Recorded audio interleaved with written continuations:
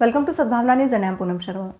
In a fresh circular, the Directorate General of Civil Aviation (DGCA) on Thursday announced that the suspension on scheduled international commercial flights has been extended till 31st of January. In a circular, DGCA stated in partial modification of circular dated 26/11/2021, the competent authority has decided to extend the suspension of scheduled international commercial passenger services to and from India till 23:59 hours Indian Standard Time of 31st January 2022. However, this restriction shall not apply to international all cargo operations and flights specifically approved by DGCA, the statement added.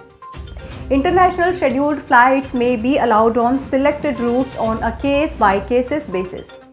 The announcement comes amid the rise in newly discovered COVID-19 strain named Omicron cases across the world and India's tightened norms for international passengers. In November, the Aviation Ministry had announced that it was in line to resume regular international flights from December 15. At that time, the Ministry of Civil Aviation had stated the matter of resumption of scheduled commercial international passenger flight services to and from India has been examined in consultation with the Ministry of Home Affairs, the Ministry of External Affairs and the Ministry of Health and Family Welfare, and it has been decided that scheduled commercial international passenger flight services to and from India may be resumed from December 15, 2021.